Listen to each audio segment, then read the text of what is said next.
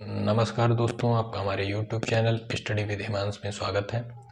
दोस्तों, अगर आप हमारे चैनल पर पहली बार विजिट किए हैं तो प्लीज़ मेरे चैनल को सब्सक्राइब, लाइक और शेयर कीजिएगा। दोस्तों आज हम लोग DLED चतुर्थ सेमेस्टर 2023 का जो प्रथम प्रश्न पत्र आता है, प्रारंभिक स्तर पर भाषा एवं गणित के पठन लेखन क्षमता का विकास, उसके 30 प्रश्नों को हल करेंगे। दोस्तों ये 2023 का प्रश्न पत्र है। दोस्तों पिछले 2023 में जो हुआ था चतुर्थ सेमेस्टर का पहला प्रश्न पत्र।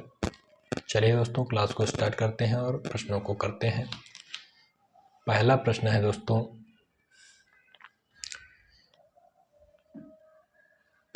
वा वर्ण का उच्चारण स्थान है। ऑप्शन ए स्पर्श, ऑप्शन बी कंठ, ऑप्शन सी ओष्ठ या ऑप्शन डी मूर्धा।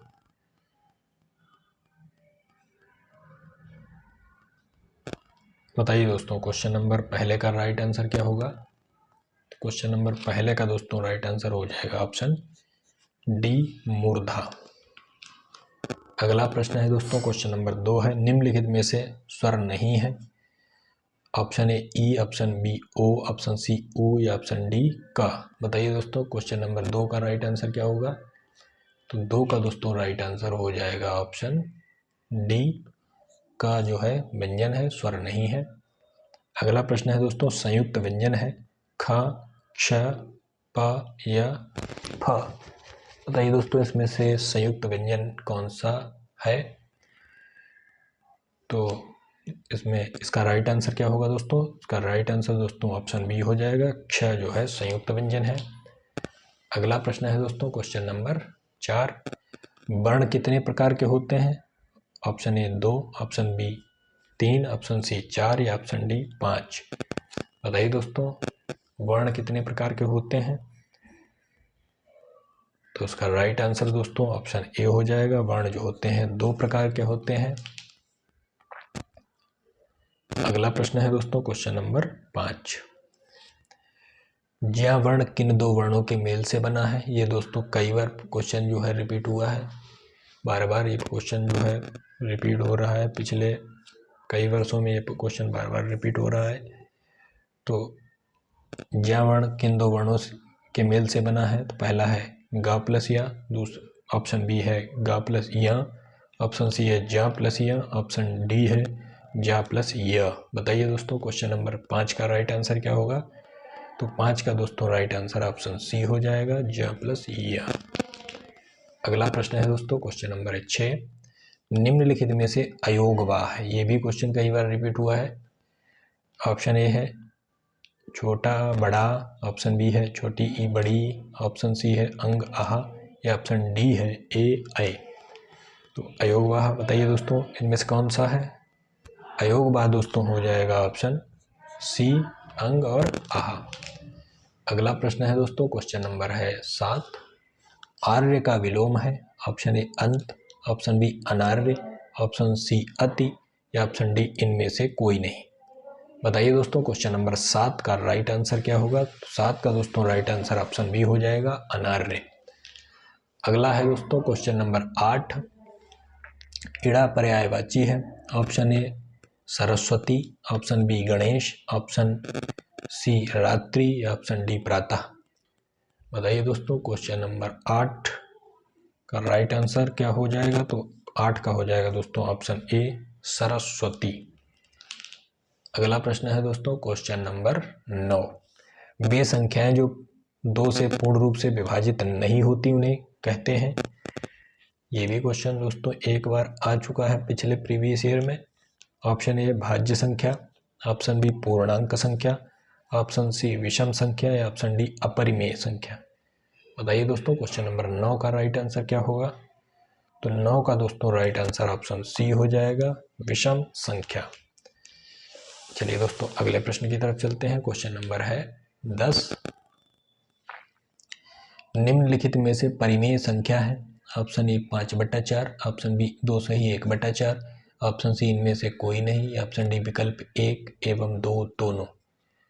बताइए दोस्तों क्वेश्चन नंबर 10 का राइट आंसर क्या होगा। 10 का दोस्तों राइट आंसर ऑप्शन डी हो जाएगा, 1 और 2 दोनों। अगला प्रश्न है दोस्तों, क्वेश्चन नंबर 11 है, निम्नलिखित में से आरोही क्रम है।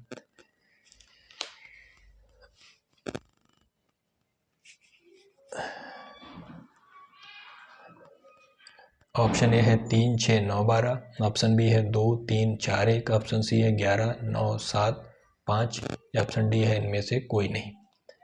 बताइए दोस्तों क्वेश्चन नंबर 11 का राइट आंसर क्या होगा। तो सबसे पहले सबसे छोटा, फिर उससे बड़ा, फिर उससे बड़ा, फिर उससे बड़ा, यानी 3, उससे बड़ा 6, उससे बड़ा 9, उससे बड़ा 12, यानी ऑप्शन ए इसका राइट आंसर हो जाएगा। अगला प्रश्न है दोस्तों क्वेश्चन नंबर 12, गुण्य को जिस राशि से गुणा किया जाता है उस राशि को कहते हैं। ऑप्शन ए गुणक, ऑप्शन बी गुणनफल, ऑप्शन सी गुणा या ऑप्शन डी शेषफल। बताइए दोस्तों क्वेश्चन नंबर 12 का राइट आंसर क्या होगा। तो 12 का दोस्तों राइट आंसर हो जाएगा ऑप्शन ए गुणक। अगला प्रश्न है दोस्तों क्वेश्चन नंबर 13, 9687 में 9 का स्थान है। ऑप्शन ए 1000, ऑप्शन बी सैकड़ा, ऑप्शन सी दहाई, ऑप्शन डी इकाई। तो 9 का स्थान दोस्तों इकाई, दहाई, सैकड़ा, 1000, यानी ऑप्शन ए बिल्कुल सही हो जाएगा। अगला प्रश्न है दोस्तों क्वेश्चन नंबर 14, मोर शब्द का समानार्थी है। ऑप्शन ए चित्रांग, ऑप्शन बी माधुरी, ऑप्शन सी सिखी या ऑप्शन डी विविधा। बताइए दोस्तों क्वेश्चन नंबर 14 का राइट आंसर क्या होगा। 14 का दोस्तों मोर का पर्याय समानार्थी शब्द हो जाएगा सिखी, ऑप्शन सी। अगला प्रश्न है दोस्तों क्वेश्चन नंबर 15 है, गणित की मूल संक्रियाएं हैं। गणित की मूल संक्रियाएं दोस्तों हैं option A 8, option B 4, option A 8, option B 4, option C 14 या ऑप्शन डी 3। तो इसका राइट आंसर क्या होगा दोस्तों। इसका राइट आंसर दोस्तों हो जाएगा ऑप्शन बी 4। चलिए दोस्तों अब अति लघु उत्तरीय प्रश्नों पर चलते हैं। क्वेश्चन नंबर 16, विस्तारित रूप में लिखी संख्या ज्ञात कीजिए। ये 5000 है, 800 है, 60 है, 9 है। तो ये हो गया 5869। अगला प्रश्न है दोस्तों क्वेश्चन नंबर 17, हिंदी भाषा सीखने के प्रमुख अंग लिखिए। तो वर्ण, शब्द, लिपि, ध्वनि तथा वाक्य हिंदी भाषा सीखने के प्रमुख अंग है दोस्तों। अगला प्रश्न है दोस्तों क्वेश्चन नंबर 18, अविकारी शब्द किसे कहते हैं। वे शब्द जिनके रूप में लिंग वचन कारक या काल के कारण कोई परिवर्तन विकार नहीं होता उन्हें अविकारी शब्द कहते हैं। अगला प्रश्न है दोस्तों क्वेश्चन नंबर है 19, दीर्घ स्वर किसे कहते हैं। जिनके उच्चारण में 2 मात्राओं का समय लगे उन्हें दीर्घ स्वर कहते हैं, जैसे बड़ा आ, बड़ी ई, बड़ा ऊ, ए ओ औ। अगला प्रश्न है दोस्तों क्वेश्चन नंबर है 20, अनुनासिक स्वर को परिभाषित कीजिए। अनुनासिक स्वर, इन स्वरों के उच्चारण में ध्वनि मुख के साथ साथ नासिका से भी बाहर निकलती है। इनके लिए चंद्र बिंदु का प्रयोग किया जाता है, जैसे संवाद, उंगली, पूंछ, चांद आदि। अगला प्रश्न है दोस्तों क्वेश्चन नंबर है 21, सम संख्या तथा विषम संख्या में अंतर लिखिए। सम संख्या, जो संख्या 2 से पूर्णतया विभाजित हो जाए सम संख्या कहलाती है, जैसे 2, 4, 6, 8, 18, 20। विषम संख्या, जो संख्या 2 से पूर्णतया विभाज्य ना हो विषम संख्या कहलाती है, जैसे 1, 3, 5, 13, 19।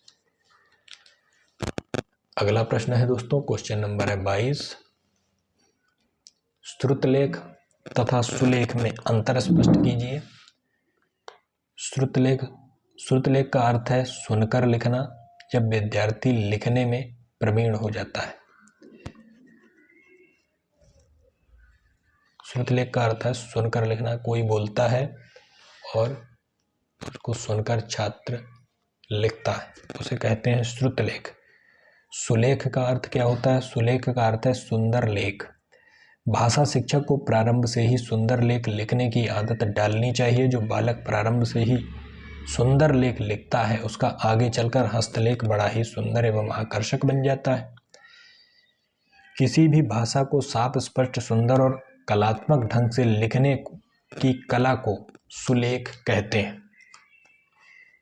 किसी भी भाषा को साफ, स्पष्ट, सुंदर और कलात्मक ढंग से लिखने की कला को क्या कहते हैं? सुलेख कहते हैं। अगला प्रश्न है दोस्तों क्वेश्चन नंबर 23। अमरूद 4 बच्चों में बांटे गए हैं, प्रत्येक बच्चे को कितने अमरूद मिलेंगे?